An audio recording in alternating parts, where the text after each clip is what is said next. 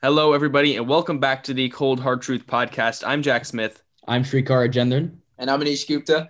and in this episode, we got a good one planned for you guys. There wasn't a whole ton of NFL news that went on this week, but we tried to find some good topics to discuss today. We're going to start it off by talking about the New York Football Giants, who, coming into free agency, not a lot of people expected them to make too many big moves with the cap space they had, the guys they had to re-sign and bring back, and especially after they franchise tagged Leonard Williams.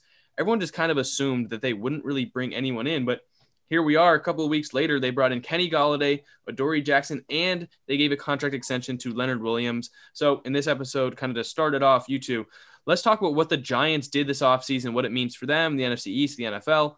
What do you guys think about what the Giants have done so far? I think I'll touch on the Golladay and Adoree Jackson signings, but, Dave Gettleman made moves this offseason to help Daniel Jones. They used a first-round pick on him, but he's never really been in like a great situation. He's had a pretty much a subpar offensive line. Saquon got hurt. Ingram got hurt. His wide receiver core has been inconsistent. He's never had, a true wide receiver one. He's just had a lot of things to overcome. All facts, all I'm hearing. He's had a lot of things to overcome, but now there's absolutely no excuses. If DJ can't succeed with Kenny Golladay, Saquon Barkley, Evan Ingram, Darius Slayton, Sterling Shepard, assuming they all stay on the field, I think then it's on him. And I think the Golladay signing in terms of money, it was a great deal because he's signing this deal after the TV rights deal was announced. So they can structure this deal so that it's backloaded and the cap is going to take a massive jump at that point. So in a couple of years, $18 million a year for a receiver of Galladay's caliber, that actually is looking like a really good deal. And now, in terms of the draft with Golladay, you don't need a receiver at 11. I'd love for the Giants to get Micah Parsons, maybe fix up the O-line a bit, still continue to help Daniel Jones. But I think the Golladay signing, it just made too much sense. It made too much sense for the Giants. Even if it was, if it looks costly, I think it made a lot of sense because given their situation with Jones at quarterback, in addition to the state of the roster right now, I think if you throw Kenny Golladay into the mix, now you can truly assess, you can truly evaluate Daniel Jones and really see what he brings to the table. And in terms of Adoree Jackson, we all know he was a part of that Tennessee team that made it to the AFC Championship. They played great in that playoffs, the defense especially. And, his performance made all of us believe that in 2020, that, he would show us why he was picked so high. But then, of course, he had a knee injury and eventually he was released.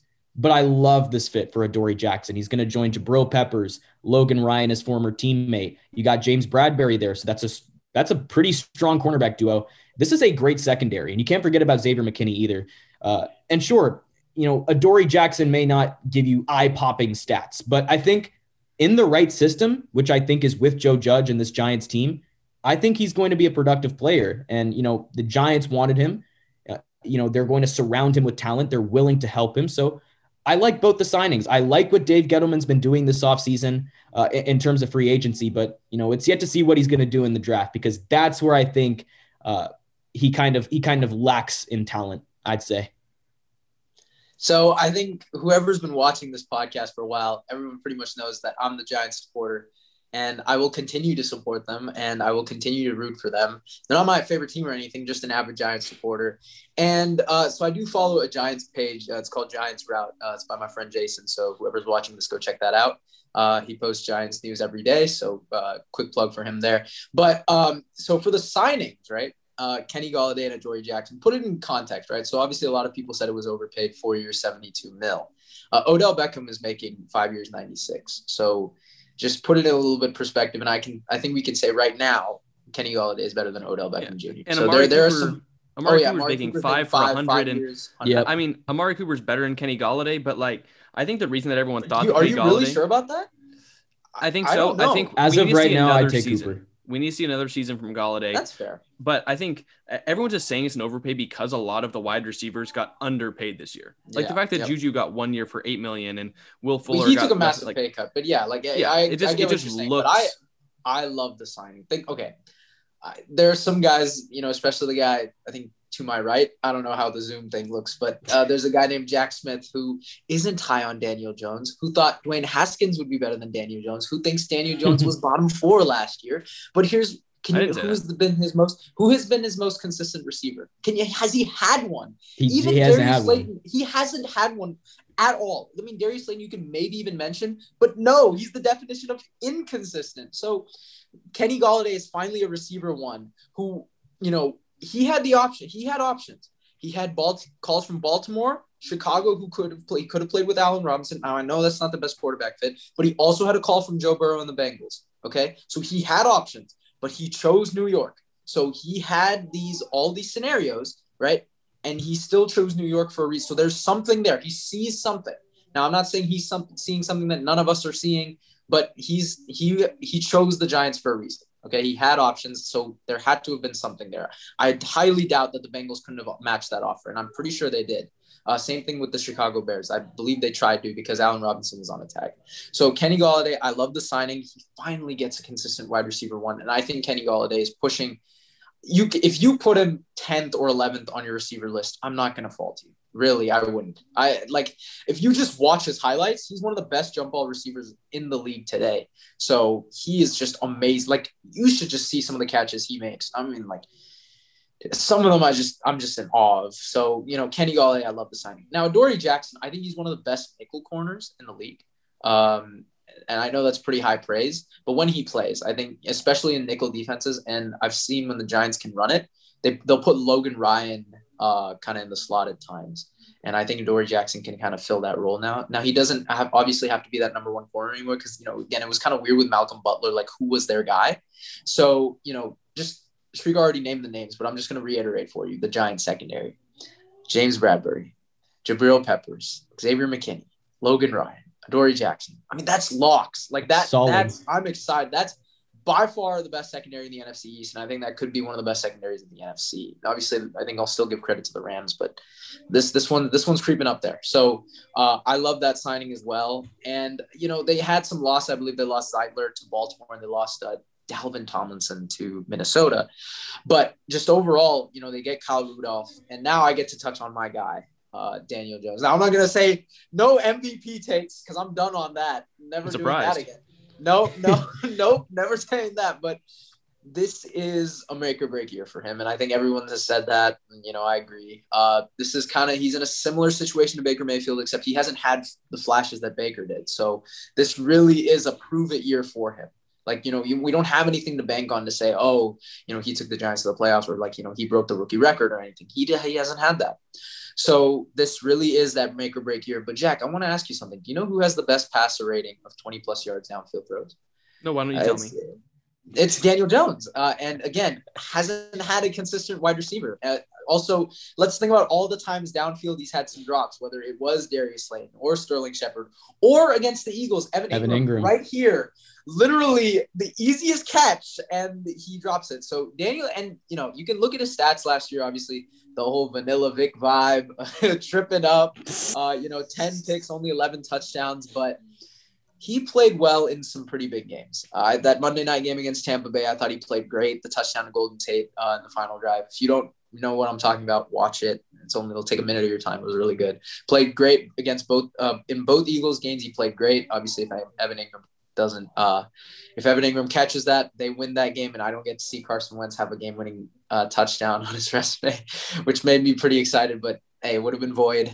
So he had some flashes last year. Also against Washington, both times played great. And he actually had a stretch of no turnovers over, I think it was 4 games. So that's one thing too. This is a make or break year, and I'm going to give him the benefit of the doubt. I'm not going to say anything like he's going to, be a franchise cornerstone or anything like that. But I think the Giants should give him the benefit of the doubt, which is what they're doing, and I'm glad they are. And I think, this Giants team, you finally have a healthy Saquon. Remember I said this. Remember that was one of my hot takes. Daniel Jones would be top 5 in passing yards with a healthy Saquon.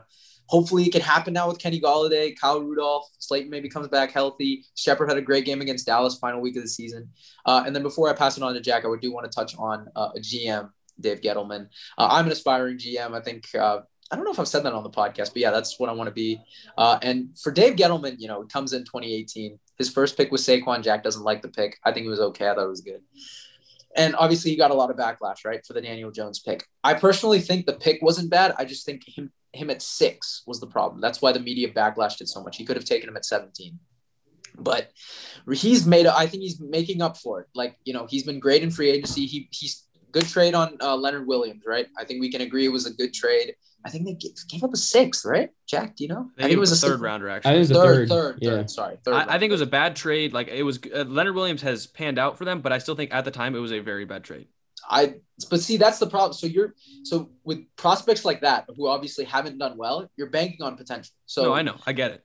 And they obviously paid for him, and you can touch on that. I thought it was a little bit overpaid, but yeah, I agree. Keep what they had to overpay him though. Keep your talent, yeah. But if you're letting Dalvin Tomlinson walk, that I guess. But again, Gettleman's been making the right moves I didn't even mention John Ross, speedy guy, right? Like he's low making risk, the high moves. reward, yeah.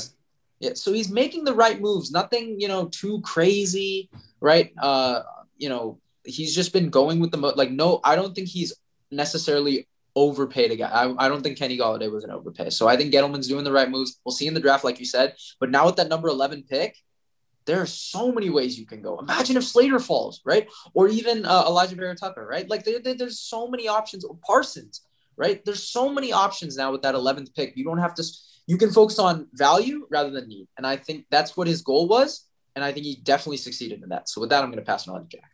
Every time we do these episodes and it kind of comes back around to me, there's like 8 things on my plate that you guys have brought up and I have to try and address them all. I'm sorry. You just my bad. No, you guys, you guys touched on the signings pretty well. I'm a little bit biased towards Adoree Jackson, one of my favorite players ever to play at USC, won a Thorpe Award there, one of the most dynamic playmakers in the country. And it's kind of sucked to see that he hasn't been able to do that in the NFL. Like teams aren't using him on offense like he was at USC. He's not getting those same opportunities at kick and punt. He was insane. I don't know if you guys ever watched him in college. Nope, I did not. He had 3 touchdowns in one game against Notre Dame, like on a kick return, a punt return, and a pass. It was just insane. I think he might have gotten overpaid slightly. I mean, he's being paid kind of in that upper echelon of 13, corners. Yeah, 13. And I think that Anish, while you do say he's one of the best slot corners in the league, I would argue that I think he will play on the outside first of all this year. I think Logan Ryan's gonna go back to where he was playing at slot corner, and Xavier McKinney will take over at safety with Real Peppers, and I think that leaves Adoree Jackson on the outside.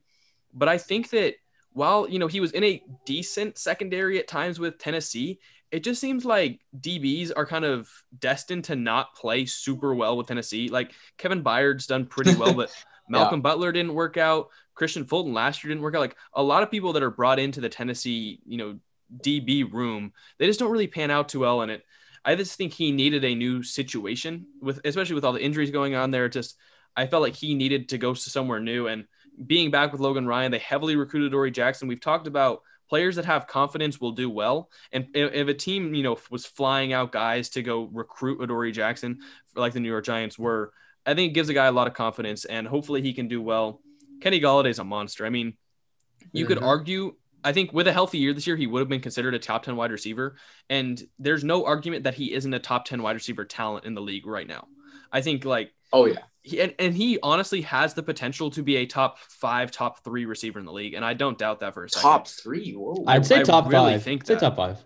I mean, if you really look at how he has been playing, do you want me to bring up his game log for you? Like he had 6 catches, 114 yards, 6 catches, 105 yards, 8 catches, 62 and a touchdown, 7 catches, 57 yards and a touchdown. So he led the league. Game, that's amazing. And he gets yards and touchdowns, which is something you don't like. I feel like he's the perfect balance of yards and touchdowns, or at least he was a couple years ago. I believe he led the most touchdowns in the NFC. Tied with Marvin Jones. I think he led the league. I think he'll come back from that injury too. I think he'll come back from that injury strong. He played pretty well. I had him on my fantasy team last year, and it kind of sucked he never played. I stuck with him the whole year, hoping he came back. But in the games he did play, he was pretty good, and especially coming off that injury. And really, he's been playing in Detroit. And look, I don't know anyone that wants to play in Detroit. So it's just. Man, I think that he did well, based on that. And I think he will do super well with the Giants in New York. But Anish, you talk about Daniel Jones. And I think it's funny that you bring up how he played pretty well in some losses. Do you remember when we were having conversations last year about Sam Darnold? And I'm like, oh, but look at his rookie year. Look how well he played against Aaron Rodgers. Look how well he played against Deshaun Watson. And you go, did he win? And I had to sit there and say no. And you said, oh, well, you know what? It doesn't really matter. Yep. Why does it matter for Daniel Jones? I mean, Because let's keep it transparent here. Let's keep it transparent. So I think there's a little bit. I think there's a little bit of difference. So I didn't see any, like, in my opinion, I didn't see any quote unquote flashes from Sam Darnold, and I was like, oh, he's gonna like. And I know that sounds very like bad of me. No, I get that. I totally get that. But I really, I mean, I haven't seen flashes from Daniel Jones. That's fair. That's why I see when people hate on him, I don't necessarily say, oh my God, you're so wrong. So like, I have a friend who is not a fan of Daniel Jones either. And I say, okay, fine. You can hate on him, but here's the thing. I simply put my faith in a guy that I see, win or lose. Even I'm starting to learn that too. I'm starting to, not only, I'm starting to go a little bit deeper. But I still, have faith in what Daniel Jones can do. I think he's one of the fastest quarterbacks in the league. That's one. He just stumbles a lot. Yeah, he tends to stumble. Poor guy. And I think he's got a great arm. Yes, he fumbles a ton, but he's got a great arm. And I think, again, like I said, shown flashes, even in the fourth quarter, just in crunch time, never seemed to really get phased. So, that's my take on him. Obviously, I'm not going to, I just want to see him with some weapons around him. Like, I haven't gotten that. Yeah. And I think, again, he's always had that big target on his back because he was taken 6th overall. If he was taken with the 17th pick, I think it would have been so much less. You would have gotten him at 17, Gettleman. Like, that's his biggest mistake, in my opinion. Taking him at 6. Not taking Daniel Jones. It was just taking him at 6. I think you take him at 17. Go for it, but I think this was the 2019 draft. Yeah, I'm trying to think at the time, but there was there you go. Josh Allen. That's what I was thinking. Was he on the board? Josh He was Allen on the board. Picked 7th by the Jags. He went at 7. That's what I wanted. They could have had both of them. I wanted Josh Allen to go there. Yeah, but so just that was my opinion on it. But I mean, Daniel Jones still got faith. Before I move on to my opinion about Dave Gettleman, Anisha, I want to ask you one more question about Daniel Jones because I see a lot of parallels to your opinion about Josh Allen because, Josh Allen wasn't great his first 2 years. Yeah. Yes, he made the playoffs the second year, but wasn't great. And your argument was, I think he's got talent and I saw flashes, right? And think about going into Josh Allen's third year. What did the Bills do? They got him some weapons. They traded for Stephon Diggs, and they just kept developing that culture that they had under him. Absolutely right. That defense was nice too. Defense was nice, and the Giants' defense is going to be pretty good this year. Bills' defense was all right this year, but I think it took a step back from last year. But we're saying they were going building into it up. The year. So. With all those similarities. No. Don't put this. No. I'm not doing with all these similarities. No. He's saying Daniel Jones is going to have a Josh Allen type. No. That's what I'm asking you. That's what I'm asking you. So this whole thing is, I mean, where's the faith in Daniel Jones then? What do you think he's going to be? No, here's Josh Allen. Okay. What I saw in Josh Allen was he's going to, because the thing is he was winning. Like he was part of their winning culture. You didn't think that. Remember you said he kind of got carried by his defense.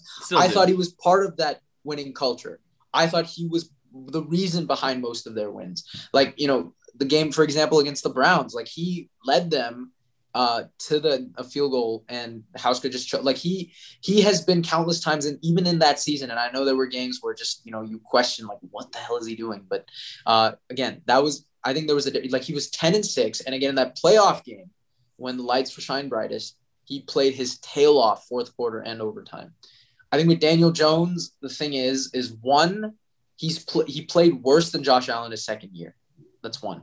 2, he has more problems, meaning the fumbling problem is just like it's huge. Like Josh Allen never had this fumbling problem. He had the accuracy problem. He had accuracy.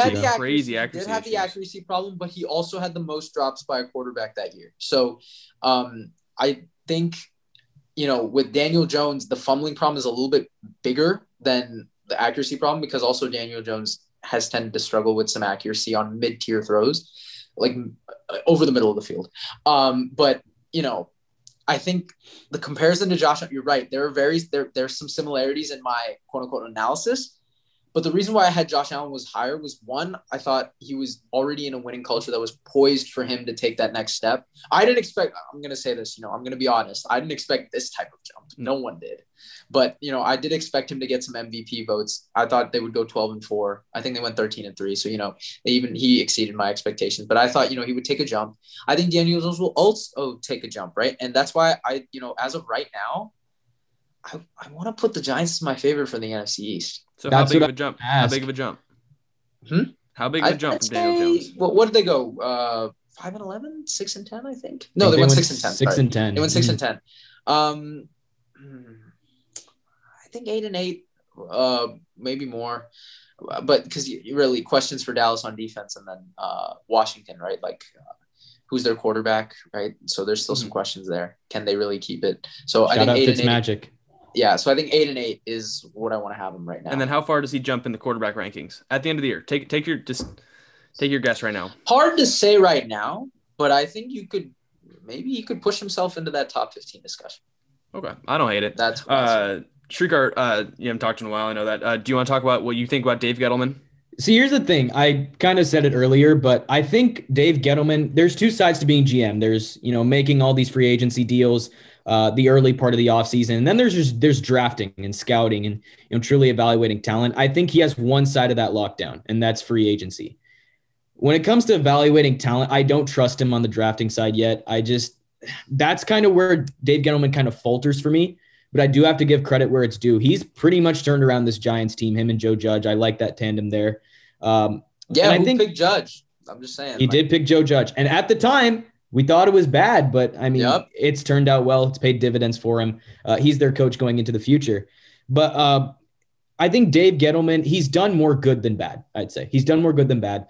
And I think if he can draft just a little bit better, I think as of right now, he's overhated. He's an overhated GM. He doesn't deserve, nearly the amount of flack he gets because I think we'd all agree in saying he's one of the most hated GMs in the NFL. Just I would argue. I mean, you could say Howie Roseman bad, but Howie Roseman's been getting pretty. I think a lot of backlash recently. Yeah. So with everything with the Eagles, but he's definitely one of the if you bring up GM names, first off, not a lot of GM names are even known. Yeah, and funny that most of the hated ones are in the NFC East. Mm-hmm. That's a funny thing, but Dave Gettleman's definitely overhated. I like what he's doing with the Giants. He's definitely pushing them forward in a positive direction. I think just when it comes to evaluating talent, he can definitely get a bit better in that regard. I'm less of the kind of optimistic, mindset when it comes to Dave Gettleman. I think that, like Shrikar said, there are multiple things that GMs are supposed to do. And I feel like GMs that can manage the cap and find good deals in free agency and make contracts work, they're a dime a dozen, honestly. Howie Roseman is maybe the worst GM in the National Football League, and he's great at that. And so, yes, he's able to find good contracts, giving that the tag to Leonard Williams and then giving him the extension and finding Adoree Jackson and then get Kenny Golladay, the low risk, high reward for John Ross. I think he's able to make the cap work very well. And I think one of the things we haven't talked about is, how coming into the offseason, they weren't going to be able to bring in these kind of players and contracts. And then they worked things around and they were able to get Leonard Williams back on an extension and those two great players. And so I feel like he's good at that. But I feel like the more important part of being a GM is drafting. And you guys are saying, he's not great at drafting and all that. I think he sucks at drafting. I really think that Dave Gettleman doesn't really have the best eye for talent. And he just doesn't know. I feel like he just doesn't know kind of the ins and out of the draft and good value in the draft. And Daniel Jones should not have been picked at 6. You mentioned that earlier. It's not at 6, but I think they still make a pick that was not smart whatsoever. And it's taking a running back at pick 2. But here's the thing with Daniel Jones at 6. Here's where I'll defend Gettleman. If you really want your franchise guy, and if you I do overpay. I agree with that. That's why I wasn't. But I still think you can take him at 17, right? If you or really trade up from 17.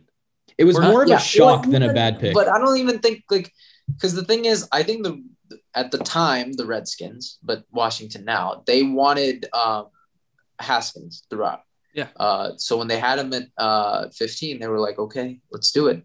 So they were going to take him anyway. I mean, they had him number one, and a lot of people had him number one. Even I think I had DJ, or was there a quarterback? Oh, Kyler was one. Kyler. Sorry, yeah, Kyler was one, and then sorry, I think I had DJ too.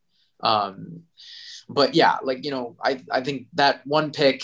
But I agree with Shrikar too. Like teams always overdraft on QBs, and sometimes it works. Sometimes you have to.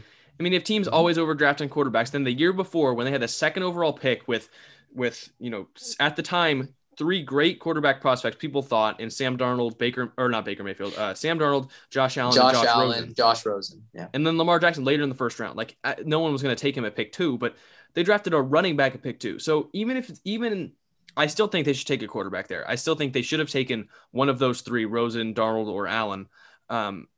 Because yes, they had Eli Manning, but you don't pick at 2 very often, and you don't have that many great quarterback prospects sitting there. Argument could be made, right? But also, right, like, I mean, there were rumors of Saquon being a generational talent, which he proved to be his rookie year. But it's still a running back at pick 2. It makes no sense to me. I hate.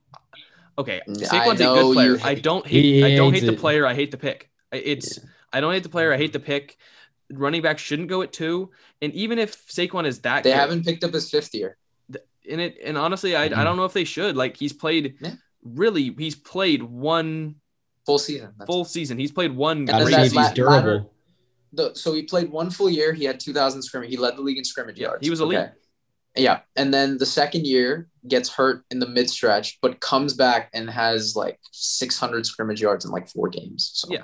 Like he has that potential, but that's what you're going to get with the running back position is a lot of missed games. And, that's the risk you run. And so, maybe you make the argument, fine, they don't take a quarterback there, but then you trade down, you take Saquon at like 5 or 6. Like there were so many teams that could have traded up for quarterbacks in that draft. Yeah. I just feel like he doesn't handle the draft well. He doesn't have a good eye for talent. He doesn't know, the ins and outs of the draft and the value of certain picks and positions and stuff like that. And, but some of his other picks. So yeah, he may not be the best at evaluating talent. Keep in mind he did, Slayton late round pick. Yeah, but good. I mean everyone hits on a couple. But I will say this, right? I think he's finally set himself up for this draft to be very not easy to do, but less risky. Because again, like I said, with that 11th pick now, he doesn't have to draft off need. He can draft off value. I agree, but I think drafting off need in general is just not a good idea. I think you draft best player available, and eventually it'll work itself around. But I mean, picks like DeAndre Baker at the end of the first round, Will Hernandez has been okay.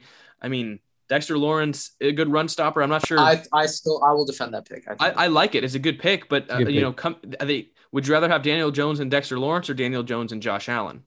Josh Allen. Like, I mean, it kind of just. I don't like the way he handles drafts, and I feel like to be considered a good GM, maybe I won't consider him a bad GM. A below average is what I'd probably say. But in order for me to consider you a good GM or an average GM, you have to be able to do both, signings, contract stuff, and the draft. And I don't see that from Dave Gettleman. And I know we've talked about the Giants for a long time. Now we'll move on a second, but that's just, my whole opinion of Dave Gettleman. But keep in mind, I have faith in the Giants and Daniel Jones and Gettleman. Jack does not. No, I have faith in the Giants. I just don't have faith in Daniel. No. DJ and Gettleman. Okay, yeah, I don't have faith in them. But look, I think Giants fans, you should be very excited for this year, excited for the draft. I mean, even adding a guy like they could add a guy like Jalen Waddle if he's still there. Like, there's a ton of possibilities, and I think that Giants fans, you should be excited going into this year. At least from all 3 of us, we are very hopeful for the Giants' future. And while we might disagree on Gettleman or Daniel Jones or some of their picks, I think the one constant is we think they are going to be good down the line in the next couple of years. So I just, take what you will from this whole discussion we've just had, but if you're going to take anything, I would say take that we think they're going to be good in the next couple of years. But to completely kind of switch gears, we talk a lot about quarterbacks on this podcast, on our YouTube channel. And something that comes up very often is us saying, oh yeah, but I don't think you can win a Super Bowl with that guy. For example, we talked about Kyler Murray and the Arizona Cardinals the other week or so when we were talking about J.J. Watt, and I said, you know what? I like Kyler Murray. I've seen a lot from him, but I just don't think you can, as a team, win a Super Bowl with Kyler Murray. As of right now, that's what I was thinking. Let's see. We talk about a guy like Kirk Cousins when Anish and I talked. We just don't think you can win a Super Bowl with Kirk Cousins. So we took 4 polarizing quarterbacks that we can make a debate over about, whether they can win a Super Bowl. Not with the team they're at right now, But if you were starting a team, you just built an average roster, could you win a Super Bowl with these 4 quarterbacks? Let's start it off, Shrikar. Do you think you could, any team win a Super Bowl with Lamar Jackson as the quarterback? I would say yes. I think Lamar can win a Super Bowl. And let's stick to his current situation with the Ravens. They're building around him. But the thing with Lamar Jackson, if we trace back to the start of his career, he's always had monkeys on his back that he's had to shrug off. The first one, let's say getting to the playoffs. Next was getting a playoff win. Now that he has the playoff win, can he get past the second round? I think he's going to keep developing, and over time, he'll get to that stage where he will make a Super Bowl, and I think he can win a Super Bowl. And obviously for a mobile quarterback like Jackson, you kind of worry about how long he's going to last in this league. I think he can last quite a long time. But I think in terms of if he can win a Super Bowl, I sure think he can. Will he? That's not really the question, but that's up for debate. Will he? I don't think so, but I definitely think he can. I'll go next. So, look, I'm always the positive, have faith in it guy on this pod. It's a little bit easier. It is easier to be that guy. It is, right? Like, to have faith in players. And I have nothing but, respect and admiration for Lamar Jackson. I think he's a top 7 quarterback. I think he's polarizing. He's proved so many critics wrong. I mean, so many experts wanted him to be a receiver. I mean, he has proved everybody wrong. That being said, I actually am going to say no. And here's why. So Lamar Jackson is, when I watch him, especially against the Browns, because he likes to dominate and beat us all the time. So thanks. But, he is so elusive and so off script. Here's my problem. In the Super Bowl, and especially in the playoffs, I've said this 100 times, the game will slow down. I don't care what it is. The game is going to slow down. It's going to, it's not even the weather or anything like that. It's just a lot slower paced. Lamar thrives himself on quick paced offense, quick paced moves, quick paced reads. When the game even when we saw Mahomes this game, right, in the Bucks Chiefs Super Bowl, it wasn't that the game was slowing down. It's just he couldn't even keep up with all the stuff that was happening. And Lamar will never get pressured like that because he's too fast. But here's my thing, right? When against Buffalo, for example, when, it was a very slow paced game, time wasn't ticking. It was just, very slow, right? Very slow start, right? Both teams, I know the weather was bad and stuff, but just think about it, right? The Chargers game to his first year, the Titans game his second year, and then the Bills game his third year. Obviously, he lost all of those 3, and that's probably why I'm using that as sample size. I just don't think in the big game, right, in those final 2, I'm not saying he's not clutch. I'm not saying he can't, will his team to a victory. But I just think if you were to start a team, I think there are quarterbacks that have a better play style, right, and are better in the pocket, a little bit more pocket awareness than Lamar Jackson. I don't want to rely on off-script plays when I'm playing in a Super Bowl. I just don't think that works. Even the quote-unquote Philly special wasn't necessarily a whole off-script play. It was designed to be a quote-unquote misdirection. So, think about it, right? Can you name me an off-script play that has won, a Super? I really can't. It's always been methodical drives, sealing games, or winning it, right? All of Brady's Super Bowls have been game-winning drives except this one. So, just examples, right? Peyton Manning against the Panthers, right? Long drive with the rushing touchdown to put him up 2 score. It's like that. I just don't think Lamar Jackson can do that. And also, I still don't like him playing from behind. Those are the 2 things. No knock on his ability. That's just if really gun to my head, yes or no, I'm going to say no. I think I completely agree with you with the fact that if he's in a Super Bowl and they don't get ahead early, that I don't think he'll win one. But yeah, I feel like he will, over his career, make it to more than 1 Super Bowl. I feel like he'll make it to multiple, at least a few. But the thing is, it's if you could, can he win it, right? So yeah, no, I'm getting there. Yeah. And I think that there will be a couple of those times where they come out of the gates and they're not firing on all cylinders, and then they have to come from behind, and they just don't really quite do it.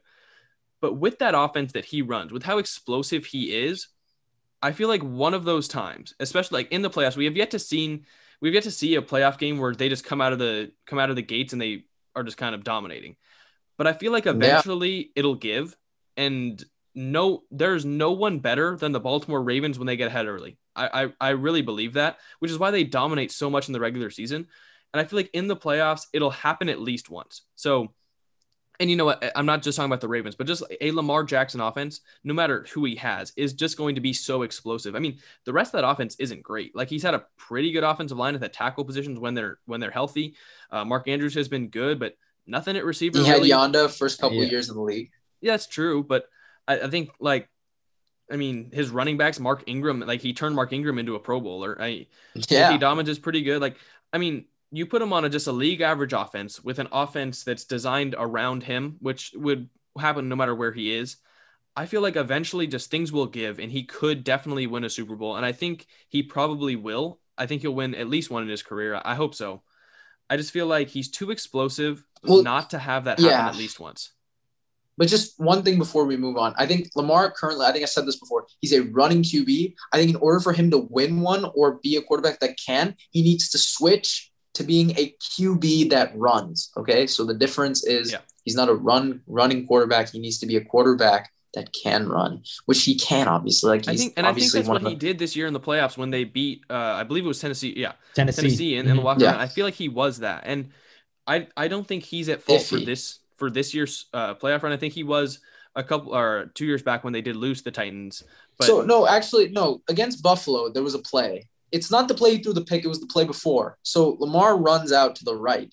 His offensive line gives, and he's forced to overthrow Hollywood Brown on a drag that would have actually scored. So there were these plays where Lamar would kind of put himself in a bad situation, right? Because he's so thinking off script, right? What can I do outside? So, like, again, don't be a running QB. Be a quarterback that runs. And I'm sure I'm going to get into that more, but that's, I think, my main problem right now. I think he's going to fix that. Like, he's been in the league. He's been a starter for 2 years. Yep. Yeah, as I said, he's going to keep developing. He's going to keep developing and getting better. I think his arm is going to get better too. So, I mean, we could see some real strides over the next few years from Lamar Jackson. Yeah, we'll move on to a quarterback who isn't still developing and probably won't develop for the rest of his career. He'll probably just regress, honestly. Like, he's going to, I think, stick at this pace and then start to regress. It's Ryan Tannehill of the Tennessee Titans. And I did an Instagram post a couple of weeks back about the 5 most underrated players in the league, and Tannehill was one of them. And I really think that the reason he's underrated is because so many people say that the reason that the Tennessee Titans have been good and the reason their offense is because of Derrick Henry. And as a lot of you know, as I don't like the running back decision all that much, I don't believe that. I think Tannehill is really the key to that offense because when he got there, they started to be good. Derrick Henry was there for a couple of years before Ryan Tannehill. When Ryan Tannehill got there, they became good. And so I think that, and he won that playoff game for them when Derrick Henry wasn't playing well. And when Derrick Henry, like, he didn't do a whole lot in the playoffs this year. So look, I think Tannehill is the reason for their success, but I personally, oh my God, this is so tough because I just don't think that he has, or that's not the question. It's can you win one with him? I'll say yes to that. I think I'll say yes to that. It was very close. I mean, it's like if you flipped a coin and 51 times it said yes and 49 times said no. I don't think he will win one, but I think you could win one with Ryan Tannehill, but it was really tough for me. I'd agree. I'd say you can win one. Mainly just going off the fact he's already made it far in the playoffs before. He can make a deep run. And when everyone counted him out, he made it to the AFC Championship. And again, like Jack said, when Derrick Henry wasn't playing well, he was there to pick up the slack. He proved that he could lead this team. Look at the amount of points the Titans scored this year in each game. Like, it is off the charts. Like, he can score points. He can be, a much better game manager. I mean, he's not a game manager, but I mean, he can be, an improved version of one, if you'd like to say, a more dynamic version. But I think, as Anish was alluding to, when the game slows down, can your QB do it? I think Tannehill can. And I trust him enough. And I was actually pretty low, not low, but like I was lower than most on Tannehill. Anish was higher than most, but I was pretty low on Tannehill going into 2020. And I think he proved me wrong this year. I think he did. It's just, as Jack said, I think he's the most important piece to this offense rather than Derrick Henry. Derrick Henry's great. Like, don't get me wrong. But, I think the Titans would do better without Derrick Henry than they would without Ryan Tannehill. So based on what I've seen from Tannehill so far, I would say that he can win a Super Bowl. Will he? Tough call. But I don't think he will win a Super Bowl, but I definitely think he can. So Ryan Tannehill is one of my favorite quarterbacks in the NFL, and I loved him in Miami. And as Shrikar alluded to, I was higher than most when he was awarded the starting job. So I have said this like dozens of times, and I know I'm bringing it up again, but like when I picked the Ravens over the Titans over the Ravens 2 years ago, it was like, and when the game happened, I didn't even expect this to happen, but again, when Derrick Henry was getting stuffed, right, Ryan Tannehill off play action was the one who broke the game open. It was him. It was those two throws. And I've argued this. Trust me, I've been on like 4-hour calls at a time talking about this. I had a Niner fan talk to me about Tannehill versus Jimmy Garoppolo last summer. And you could tell who I was arguing for, and you could tell who he was arguing for. But, he said, oh, but Jimmy G did the same thing. He was, people called him being carried by his offense, and he did. I can't really associate a playoff win with Jimmy Garoppolo. I can with Ryan Tannehill. That was my kind of thing. And even against Kansas City, when Derrick Henry only had 60 yards rushing, Tannehill kept them in the game. And I didn't even answer the question. Yes, you can win a Super Bowl with Ryan Tannehill. I think his game is predicated. I did a QB whisper on him, right? I think his game is predicated on both play action game. He's very mobile when he needs to be, and he is so great on third down. Like I want the ball in his hands on third down. Very few quarterbacks I can say that for. I think he's no question in my mind a top 8 quarterback. I think you need to put him in your top 8 if you were evaluating QBs. And one thing I'll say is, again, with Ryan Tannehill, what is necessarily like a fault? Like what is he bad at? I don't think he's bad at necessarily anything. I think you just argue that, he's not the most talented quarterback. And that's the point. He hasn't even needed to be, because he can run when he needs to. He can throw it downfield when he needs to. And the best part is people, and I think what's actually kind of bad is I think this whole narrative of how he needs to rely on Derrick Henry, it's kind of pushed over this offensive scheme too. Like against the Ravens, Derrick Henry got stuffed, and then Arthur Smith was kind of thrown aback, right? Like, even against the Browns too, Tannehill was actually the one who climbed them back. Like they were a possession away.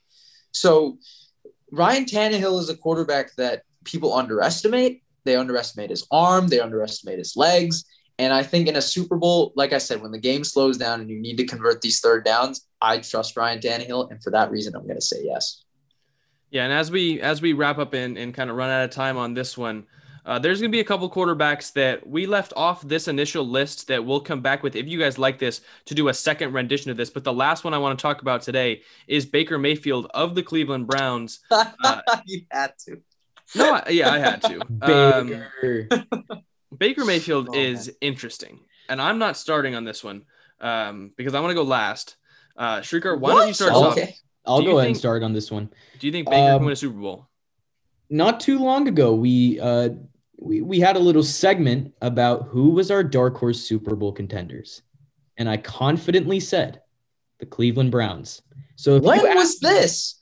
I was aware that you wanted them 8-8 or something, and it was not even like a month ago. Was it? This going that segment. So if you ask me, do I think Baker Mayfield can win a Super Bowl? I am going to say a resounding yes. I think Baker is a top 10 quarterback in this league. If you don't have him top 10, I mean, he's made some fascinating strides this year. I didn't really think he was going to improve like this much, but what I've seen from him, I think he's a very talented quarterback. I think he's finally living up to that first overall pick billing.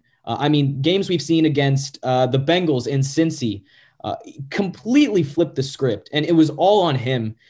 He almost outdueled Lamar in that Ravens game. That was an amazing game to watch, but I commend Baker for his performance in that game. The playoff game against Kansas City, I think he did well. It's just Baker Mayfield can definitely take this team to new heights. I've seen it. I've seen flashes. I've seen enough strides that make me confident in saying this Browns team, Baker Mayfield in general, he can win a Super Bowl. And that's why I'm going to confidently say, yes, Baker Mayfield can win a Super Bowl as a starter. So do you also think that any team could win one with Baker? That's what you're Yes, saying? I can. Yes, Okay. I can. So I have to go? Yeah. Okay. I'd say very few people in this country have watched more Baker Mayfield than I have this season. I watched every game end to end except the Baltimore one, the first one when we got smoked. I turned it off 4 minutes in. 4 minutes left in the game. Fair weather fan. Baker Mayfield.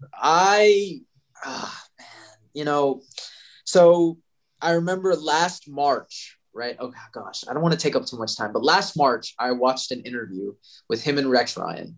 And I remember I sent it to you guys. I watched the entire thing. It was like 25 minutes. And I was like, this guy finally humbled himself. This guy finally realized it's not about the media. Like, he finally got it in his head. He's got to be quiet.